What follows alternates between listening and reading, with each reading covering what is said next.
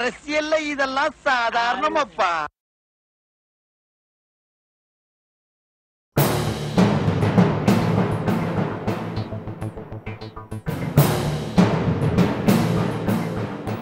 எனக்கு என்னவோ பொன்னேரியா விவகாரத்துல நீ ரொம்ப ஓவரா பில்டப் பண்றன்னு எனக்கு தோணுது.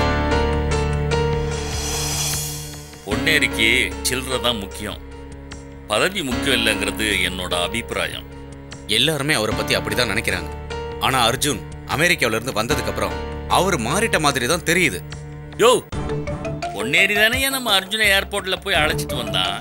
அவர் நினைச்சது வேற. ஆனா வந்த அன்னைக்கே சாமிநாதன் புண்ணியத்துல அர்ஜுன் ஹீரோவாயிட்டாரு. இப்ப களத்தூர் தேர்தல் பிரச்சாரத்துல அர்ஜுன் காட்டின ஆர்வம் கூட அவரை பயமுறுத்தி இருக்கலாம். பொன்னேரியாரோட பொண்ணு கூட அரசியல்ல ரொம்ப ஆர்வமா இருக்காளாமே, உண்மையா? ஆமா சார், அந்த பொண்ணு டெல்லியில சட்டம் படிச்சுட்டு வந்திருக்கு. அதுக்கு அப்பாவோட குறுக்கு வழியெல்லாம் பிடிக்காதுன்னு டிவி ரிப்போர்ட்ல கூட சொல்லுச்சான் சார். நீங்க போலாம். Okay sir.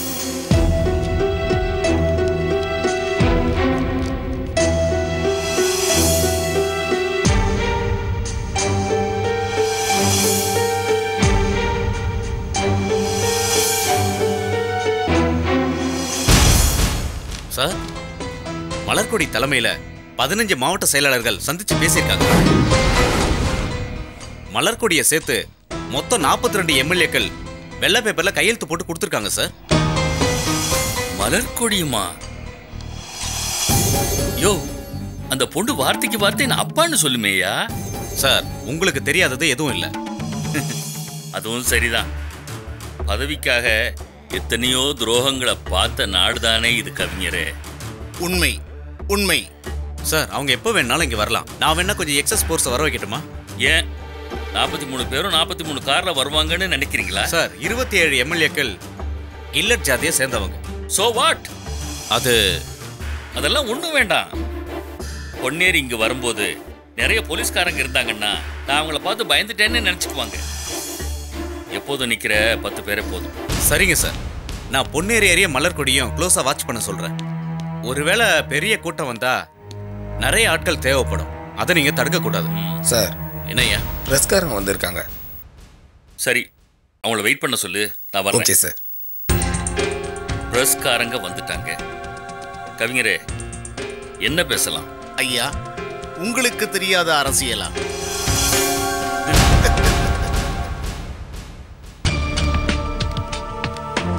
அந்த பிளாக்மெயில் கேஸ் பத்தி சீக்கிரமா விசாரிங்க. ரொம்ப தாமதப்படுத்தாதீங்க. You should do something. Yes sir. ஒரு 2-3 போலீஸ் அதுக்காக தனியா ஏற்பாடு பண்ணுங்க.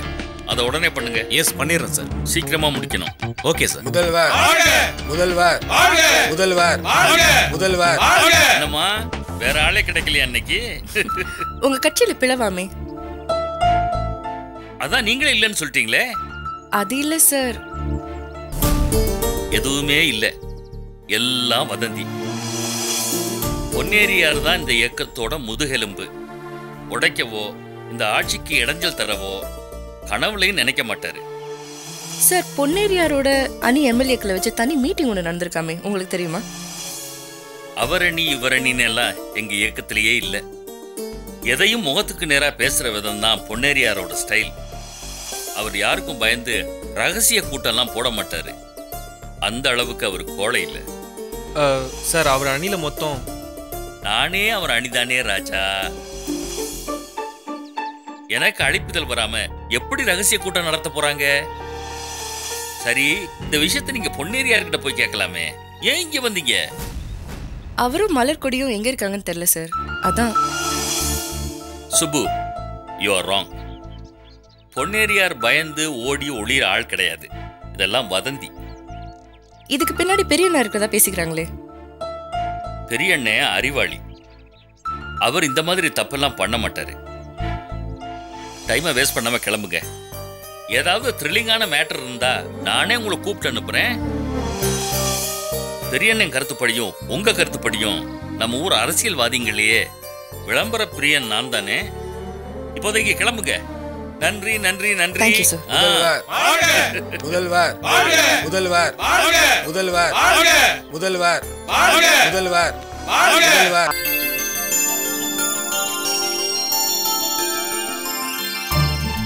ஓகே இரு இருமா போகாதம்மா. அம்மா சொல்றத கொஞ்சம் கேளுடா. பை. ஏய் நானே டென்ஷன்ல இருக்கேன். நீ வேற ஏண்டி என்ன ஓட வைக்கிற?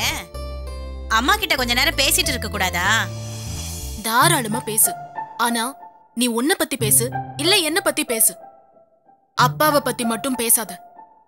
10 வருஷமாவே அவர் தலைவர்கிட்ட இருந்து பிரிஞ்சு தனி கட்சி ஆரம்பிக்கலாமா இல்லனா இப்படியே காலத்தை ஓட்ட வேண்டி வருமோன்னு ஒரு யோசனையில தான் இருந்தாரு.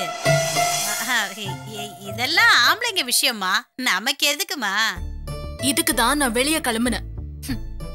நாட்டை ஆள ஆண் பிள்ளைங்க வேணும்னு யார் சொன்னது? நாட்டுல அவங்க மட்டும்தான் இருக்காங்களா? நாமளும் 50-50 இருக்கோம்.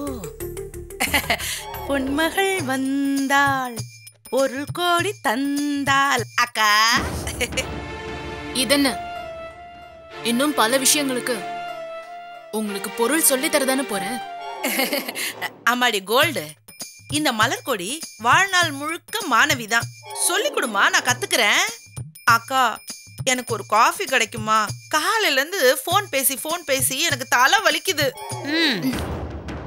போன் பேசி தலை வலிச்சா காஃபி குடிச்சா சரியாயிடும்னு யார் சொன்னா? கொஞ்ச நேரம் போனே பேசாம இருக்கலாம்ல. எங்க அம்மா என்ன சும்மா இருக்க விடுறாங்க? எம்எல்ஏ, மந்திரி, மாவட்ட செயலாளர், சிட்டு, உங்க அப்பான்னு ஆளுக்கு போன் பண்ணி என்ன தொந்தரவு பண்ணிட்டு இருக்காங்க. சிட்டு அங்கேயா வந்தா? அவனை நான் இங்க தேடிட்டு இருக்கேன். ஆமாக்கா, அவனுக்கு சிஎம் வீட்டுக்கு நாங்க கூட்டிட்டு போலன்னு கோவம் இருந்தாலும் இவரோட ஆசை, அமைச்சரோட ஆசை நிறைவேறணும்னு கோவில சுத்திட்டு இருக்கா. பாவம். அதெல்லாம் ஒண்ணும் இல்ல. சிட்டு ஒரு மக்கு. மலர்கொடி மேடம், ஒருவேளை அப்பா இந்த மாநிலத்துக்கு முதல்வர் ஆயிட்டா நீங்க துணை முதல்வர், சிட்டு சிஎம் பிஏல. நினைச்சு பார்க்கவே அப்படியே ஒரு மாதிரி இருக்கு. நினைச்சு பார்க்கவே பயங்கரமா இருக்கு. ஏண்டி அப்படி சொல்ற? அம்மா, முதல்வர் பொன்னேரி, துணை முதல்வர் மலர்கொடி மேடம், சிஎம்பிஏ சிட்டி பாபு என்கிற சிட்டு 3 பேருமே 8th ஸ்டாண்டர்ட் தாண்டினதே இல்ல. அத நினைச்சு பார்த்தேன். ஏமா, இந்த நாட்டை படிக்காதவங்க ஆண்டது இல்லையா? படிக்காதவங்களா இருந்தாலும் அவங்க கிட்ட நேர்மை இருந்தது. அவங்க அரசியலுக்கு வந்தது பதவிக்கோ பணத்துக்கோ இல்ல. அதனால அவங்க கிட்ட ரகசியம் எதுவும் இல்ல. கௌரவம் பார்க்காம அதிகாரிங்க கிட்ட சந்தேகம் கேட்பாங்க. உங்களால அது முடியுமா? படிக்காதவங்க கௌரவம் பார்க்க கூடாது. படிப்பு தான் முதல் கௌரவம், முதல் தகுதியும். சரி சரி, பொண்ணு நீ எங்கேயோ வெளியில கிளம்புறேன்னு சொன்ன, கிளம்பலையா? சும்மா இருமா. என்ன சொல்றீங்க மலர்கொடி மேடம்?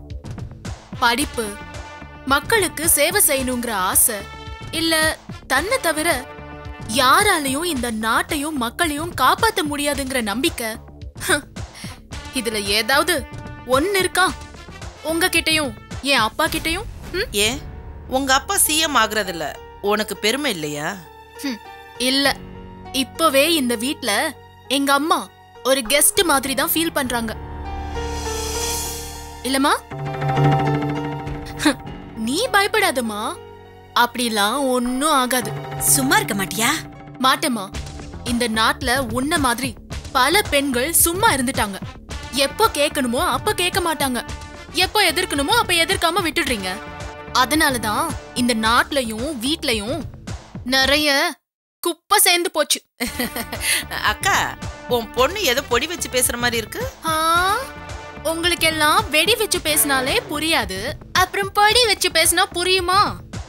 ஒவ்வொரு வீட்டையும் தினமும் கழுவி தொடச்சி பெண்கள் தான் சுத்தமா வச்சிருக்காங்க. அது மாதிரி இந்த நாட்டையும் சுத்தமா வச்சுக்கணும். இப்ப தாண்டி மகளே எனக்கு புரியுது. வீட்டை மாதிரியே இந்த நாட்டையும் சுத்தமா விளக்கு மரால பெருக்கி குப்பை எல்லாம் வெளியில தள்ளணுங்கிற. எனக்கு வயசாயிடுச்சு மகளே, குனிய முடியல, நிமிர முடியல. இனிமே இதெல்லாம் நீ தான் செய்யணும். செய்யதான் போறேன். நீயும் பார்க்க தான் போறேன். என்னம்மா பண்றது?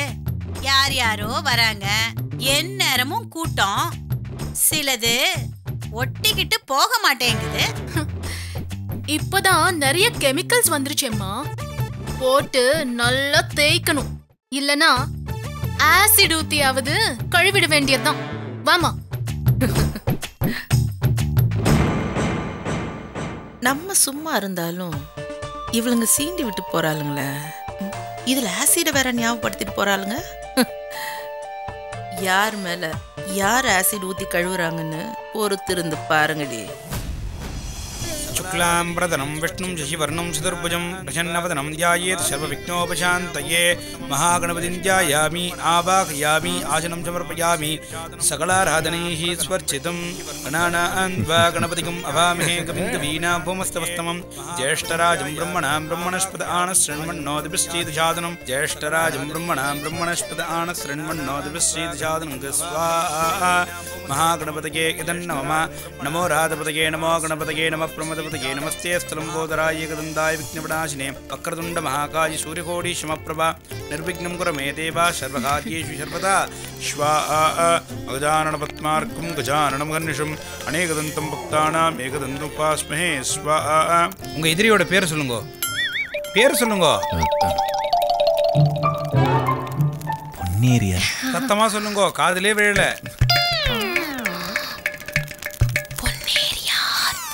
இதுக்கு சாரே பரவாயில்ல, சத்தமா சொல்லுங்க.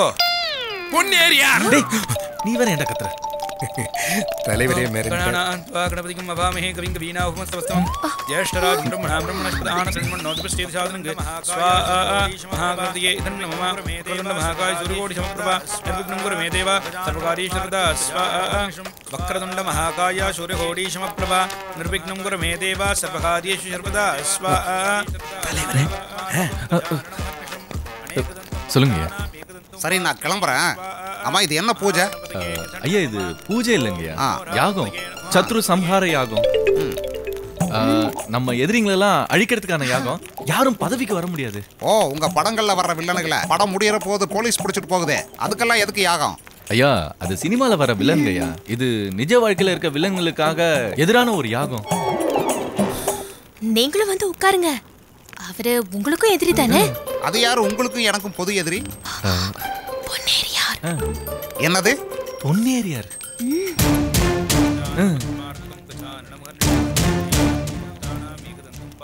அமைச்சர் பொன்னேரியாருக்கு எதிராக தான் இந்த யாகம்.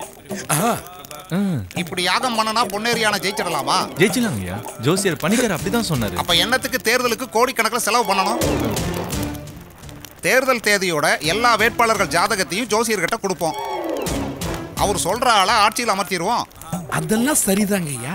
ஆனா கிரகங்களோட பார்வை உங்களை பார்க்கறது 9 கிரகங்கள் அல்ல, 5 கோடி மக்கள். யாகம் பண்ணி எதிரியை தோக்கடிக்க முடியும்னா யாகம் செஞ்சு ஓட்டு வாங்கலாமல்ல? அப்படிதான் சொல்றாங்கய்யா. அப்ப இந்த புரோகிதரே உட்கார்ந்து யாகம் பண்ணி அவரே சிஎம் ஆயிடலாமே.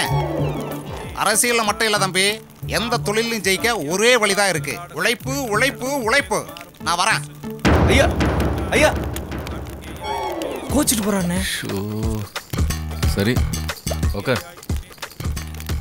அவரை பார்க்காதீங்க, அவரு வேற மாதிரி. நீங்க யாகத்தை நடத்துங்க. அவரு யாகத்தை நடத்தி எதிரிங்களை அழிக்கணும்னு சொல்லல, எதிரிங்க அழிஞ்சா நல்லா இருக்குன்னு சொல்றாரு. அண்ணன் ரொம்ப தெளிவா இருக்காரு.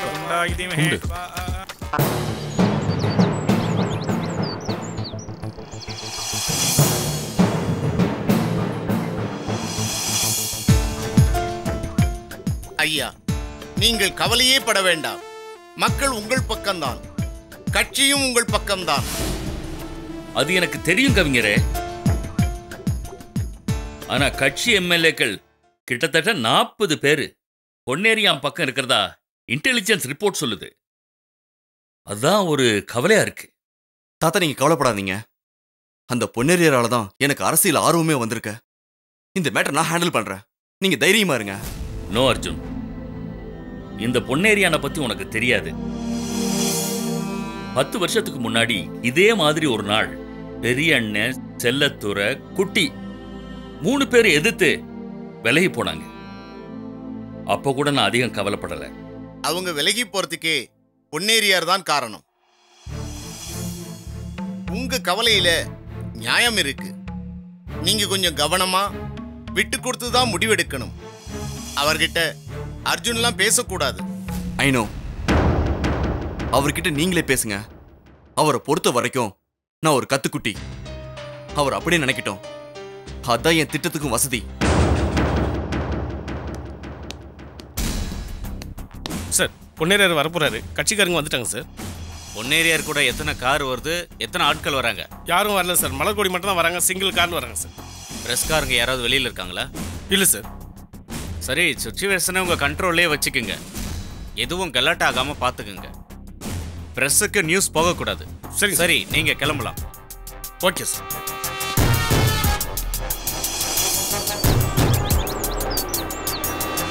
பொன்னேரியார் பொன்னேரியார் துரோகி பொன்னேரியார் துரோகி பொன்னேரியார் துரோகி பொன்னேரியார் பொன்னேரியார் பொன்னேரியார் பொன்னேரியார் பொன்னேரியார் பொன்னேரியார் பொன்னேரியார் துரோகி பொன்னேரியார் துரோகி பொன்னேரியார். என்னையா பொன்னேரியா வந்துட்டான் போல இருக்கு. சார், என்னப்பா வரவேற்பெல்லாம் ரொம்ப பலமா இருக்கு? ஆமாங்க ஐயா. அது வந்து பொன்னேரியாரை மேலே கூட்டிட்டு வரட்டுமா? இல்லை வேண்டாம், நானே கீழே வர்றேன். அர்ஜுன், நீ கவிஞர்கிட்ட பேசிக்கிட்டு இரு. வாங்க. அர்ஜுன், முதல்வர் சொன்னதை கேட்டீங்களா? புரிஞ்சுது. அவரை மேல வர வேண்டாம்னு சொல்றாரு. சபாஷ், நீங்க பாலபாடம் கத்துக்கிட்டீங்க. ஆனா தாத்தா இறங்கி போலாமா? சபாஷ், தமிழ கத்துக்கிட்டீங்க. இறங்கிங்கிற வார்த்தைக்கு 2 அர்த்தம் இருக்கு. தன்னிலையில இருந்து இறங்கி வர்றது ஒண்ணு, அடுத்தவங்க துன்பத்தை பார்த்து இறங்கி போறது மற்றொன்று. இது 2வது. நீங்க வேணா போங்க, நான் பாத்துக்கிறேன். இல்ல சார், நான் வேணா கொஞ்சம் தள்ளி நிக்கிறேன் சார்.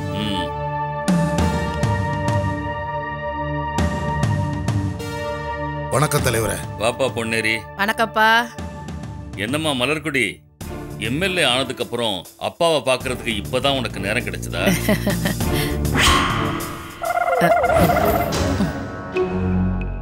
என்ன சாப்பிடுறீங்க பொன்னேரியாரே? வேணாம் தலைவரே, ஏற்கனவே நம்ம நிறைய சாப்பிட்டோம்னு பெரிய அண்ணன் சொல்றாரு. சரி, தண்ணியாவது சாப்பிடுங்க.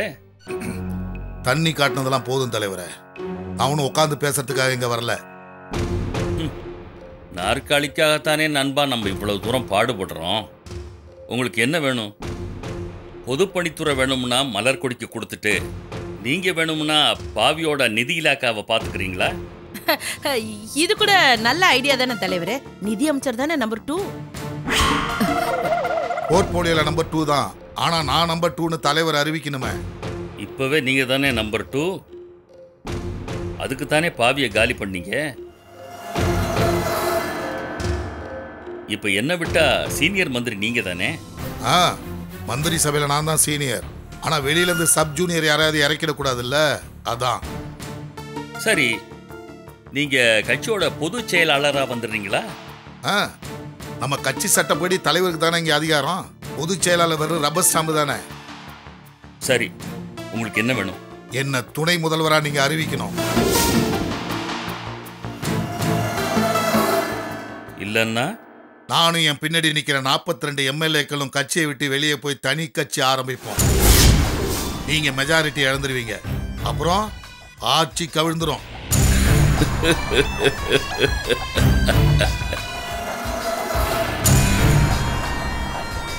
சரி, ஆட்சி கவுந்துட்டா அடுத்த தேர்தல்ல நீங்க ஆரம்பிக்கிற புது கட்சி ஆட்சியை பிடிக்குமா? பரவாயில்ல, என்ன மதிக்காத கட்சி ஆட்சியில இருக்க கூடாது. நான் அனுபவிக்காத பதவியை நீங்க அனுபவிக்க கூடாது.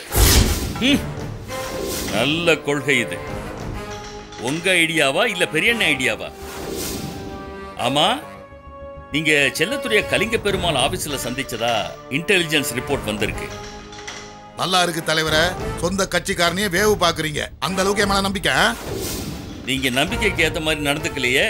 ஆமா, நீங்க என்ன மிதிக்கிறீங்க, அவர் என்ன மதிக்கிறாரு. அவரை போய் பார்க்கறதுல என்ன தப்பு இருக்கு? அப்போ நான் உங்களை துணை முதல்வர் ஆக்கலன்னா கட்சியை உடைப்பீங்க இல்லையா? ஆமா. சரி, அடுத்த மாசம் பொதுக்குழுவை கூட்டி அதுல ஒரு தீர்மானத்தை கொண்டு வருவோம். பொதுக்குழு உங்களை ஏத்துக்கிட்டா எனக்கு ஒன்றும் ஆட்சேபனை இல்லை. தலைவரே, நானும் பிறந்ததுல இருந்து அரசியல்ல குப்பை கொட்டிட்டு தான் இருக்கேன். இந்த பொதுக்குழு தீர்மானம், செயற்குழு தீர்மானம்லாம் கூட்டணி கட்சிகளுக்கு. இதுக்கு மேல ஹை கமெண்ட்ஸ் தான் முடிவு எடுக்கணும். இவரு, நீங்க, பிஏ, கவிஞர் இவங்களெல்லாம் வர வச்சுதான் பதில் கேட்கணும். அதுக்கு மேலதான் கிச்சன் கேபினட்னு ஒண்ணு வச்சிருக்காரு. நீ கொஞ்சம் சுமாரு. தலைவரே, நான் உங்க முகத்துக்கு நேரா கேட்கிறேன். பிரஸ் கூட்டி என்ன துணை முதல்வர்னு அறிவிக்கணும். முடியுமா முடியாதா?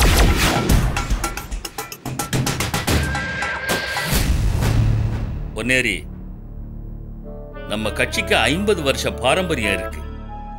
இதுக்கு முன்னாடியும் பல பேர் இந்த கட்சியை விட்டு போயிருக்காங்க. பெரியண்ணனை தவிர வேற யாரும் சர்வைவ் ஆகல. நீயும் தாராளமா போகலாம். இதுக்காக ஒரு நாள் நீங்க வருத்தப்படுவீங்க? இல்ல பொன்னேரி, இதுக்காக வருத்தப்பட மாட்டேன். அன்னைக்கு ஒரு நாளைக்கு உனக்காக பெரியண்ணனையும் செல்லத்துறையையும் இந்த கட்சியை விட்டு அனுப்புனனே, அதுக்காக இப்ப வருத்தப்படுறேன். குட் பாய் நண்பா. இந்த முடிவு தப்புன்னு உனக்கு ஒரு நாள் புரியும். அதுக்கப்புறம் எப்ப வேணாலும் நீ என்ன தேடி வரலாம். இந்த வீட்டு கதவு எப்பொழுதுமே உனக்காக திறந்திருக்கும்.